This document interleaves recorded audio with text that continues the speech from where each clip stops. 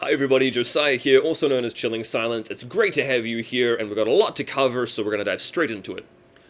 Starting off with the DigiByte June update. Now, these updates are posted on Medium, and they are a fantastic way to kind of go back and just recap a little bit about what's happened in the previous month.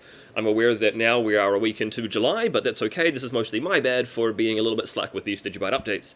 Anyway, this is worth going and just checking out. Kind of goes over some of the things that happened throughout the past month. A really great recap, like I mentioned. So you can see here CoinRabbit with their cryptocurrency loans and things, supporting DigiByte. And it's just a really great way, like I mentioned, to go back and have a bit of a read through all of these things. Now, one of the main things that I'm really excited about at the moment is some of the work that's being done for a new iteration of DigiByte. So what we'll have here is we've got ProgPow and RandomX, which we've obviously done fundraisers for in the past. I talk a little bit about this here specifically in this Medium post, which I can bring up here. And in this, I talk about what's actually happened with them. We raised the bounties last year. I go into some of the history here about the development and things like that. And I specifically mention down here how I've paid that out already to Barry at the end of 2020. Talk a little bit about the DigiByte version 8 development itself, what needs to go into it, where we're at. If I keep going down, though, specifically, what I want to talk about is where to from here.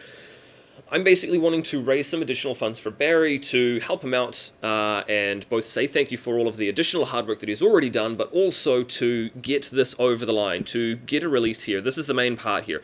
Finishing 0.21 with the working unit test, the Dandelion changes, get a pull request up against DigiByte Core so that we can start really pushing version 8 forwards. This is kind of what we are hinging on at the moment. So we've got version 7, which is out and cool, and version 8 is what we really need to focus on, especially with the likes of the supply curve needing to be fixed, the block reward subsidy. Also really excited to see things like this, Schnorr signatures and Taproot, which is currently in 0.21 from Bitcoin.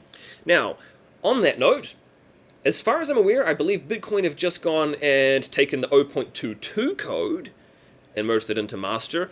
I don't think we're going to be seeing that here. Just making sure everyone's expectations are on par. There's a lot that goes into it, and for now we really just need to focus on 0.21 and really getting that out the door.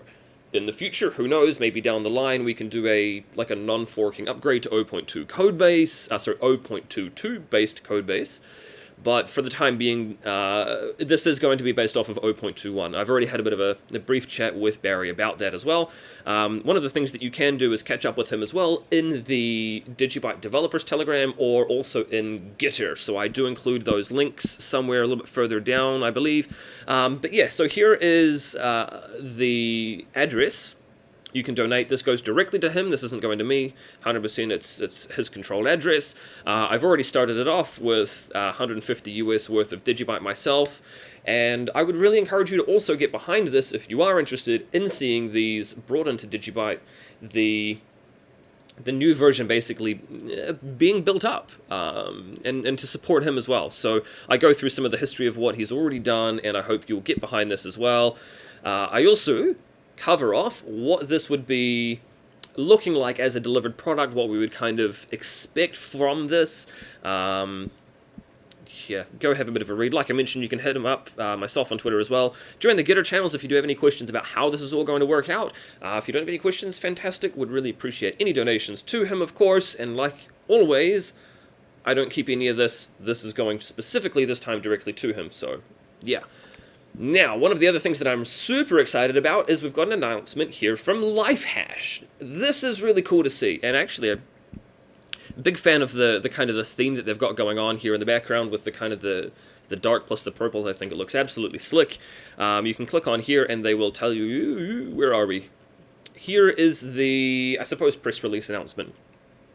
Specifically, so LifeHash releases a blockchain claims solution that improves customer trust and prevents fraud. This isn't, as far as I'm aware, released yet, but one of the reasons that I'm okay with talking about this in advance is because of who is behind LifeHash and what we've seen from them in the past. So if we go to the LifeHash website, you can go and check it out. Really cool. It says your digital future powered by the DigiByte blockchain, powered by Bitcoin and IPFS. This is important for reasons that we can kind of come back to later. But we'll scroll down. It's actually a really pretty website. Like I mentioned, I really love kind of the color palette and everything. It just looks slick. The truth can no longer be doubted. Where are we? Here we go. Blockchain technology is a game changer for data provenance and data ownership. This is from Stuart Menzies, CEO and founder of LifeHash. Now, a lot of people will know him from what was originally Vertbase, which is now Sequoia, the swap exchange, which has been operational now for a few years. So this is kind of why I'm okay with talking about this, because Stuart has a bit of a history here of getting things off the ground and launching it and making them successful. So really excited to see what LifeHash has in the future. I've had a couple of chats with him, and I know that he's going to, or the application will specifically offer a couple of options around where you can store these hashes, both be it on Bitcoin or the DigiByte blockchain, which I think is absolutely fantastic. I love the idea that people have options, and this could potentially be used to highlight some of the benefits of the DigiByte blockchain. Stuart and the LifeHash team are huge fans, obviously, of DigiByte, so big shout out, big thank you to them. Can't wait to see specifically, let's go back here, specifically this part of LifeHash, as well as what else they are bringing to the future of the whole entire product suite. Really looking forward to that, so big shout out to them, and again, thank you for all that they do on DigiByte. Laura Taylor's had an interview here with CryptoGod, really cool to see. It was a great chat, talking about a really broad scope of things, not just specifically around DigiByte, but about self-sovereignty and that kind of fun stuff as well. Shout out and thank you to CryptoGod as well for having Laura on to the channel. I'll include links to this down below where you can go and check it out as well. Speaking of interviews, I had one myself with DubDigital, which was really cool, really great to talk about. Again, like in this case, we spoke more about digi assets, but it was a really broad variety of stuff that we ended up covering off, everything from Mt. Gox and NFTs, which was awesome, through to multi-algo, the blockchain itself, mining, a whole bunch of stuff, which was cool.